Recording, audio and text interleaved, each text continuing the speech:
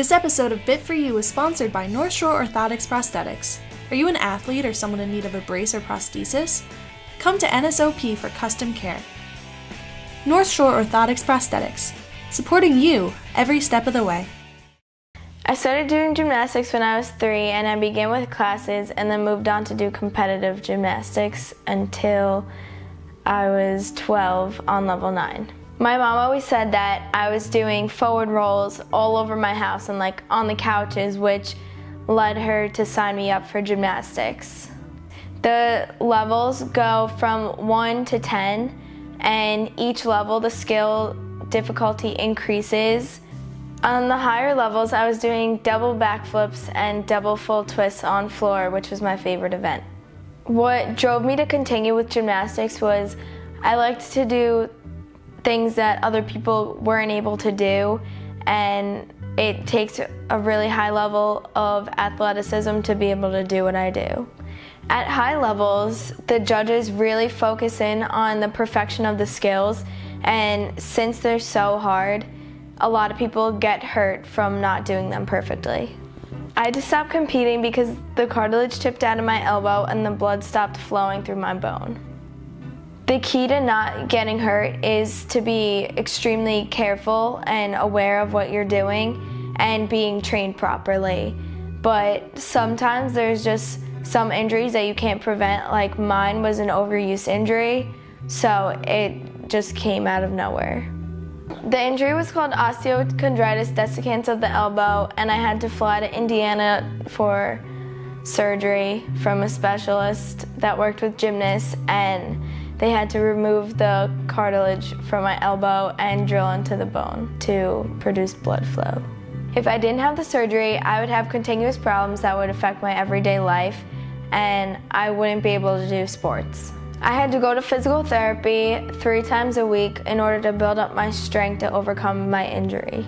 That led to my decision to become part of the medical field because I witnessed all the different types of injuries that happen from either sports or everyday things, and I just wanted to be able to help people. At North Shore Orthotics Prosthetics, you are part of the family. Whether you're stopping in for a brace or are being fitted for a leg, our staff will make sure that you feel comfortable and confident getting back to your everyday life. North Shore Orthotics Prosthetics, supporting you every step of the way. After doing gymnastics for about 9 or 10 years, I was so used to having practice 4 or 5 times a week for 4 hours at a time, and after I got hurt, I had to readjust my life. I needed to find something to fill the spot of gymnastics in my life, so I began diving, and my gymnastics skills let me do more complicated dives, but it wasn't the sport for me. When I was a freshman in high school, I decided to try out for the cheerleading team, so I had something to do with my time while keeping up the skills that I once had. 9th through 11th grade, I was a flyer. 11th grade and 12th grade, I was a base. I also was a tumbler on the team. My junior and senior year, I became captain, which allowed me to become a role model to the other girls on the team. For the first time in Shore Wading River history, our team advanced to nationals in Florida. It meant a lot to me and the other captains that we were able to bring our team together and perform in Disney. My sophomore year, I tried out for a level 4 all-star cheerleading team, and my junior year, I tried out for a level 5 all-star cheerleading team. The difference between high school cheerleading and all-star cheerleading is high school cheerleading, you actually cheer for football and basketball, but all-star cheerleading is more about skills like jumps, tumbling, stunts. We put all of that into one routine, not cheering for like a specific person. The thing I liked about all-star cheerleading was that I was able to take my gymnastics skills and integrate them into these hard routines that we were doing.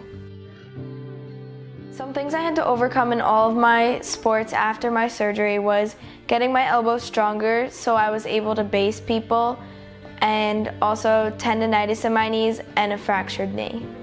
While looking for colleges, I couldn't do gymnastics again, but I wanted to do something like that, and college cheerleading is just more of an advanced version of high school cheerleading, So then my mom showed me a video of the acrobatics and tumbling team at Quinnipiac, where it's a combination of both, all-star cheerleading and gymnastics.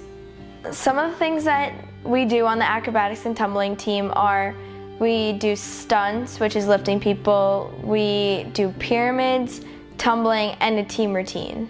It's difficult to find a place where you can get the high competitive atmosphere from competitive cheerleading and the precision and skill from gymnastics. So this is a place where you can do both. Acrobatics and tumbling emphasizes more precision and skills than competitive cheerleading, where it's more based on like the difficulty of what you can do.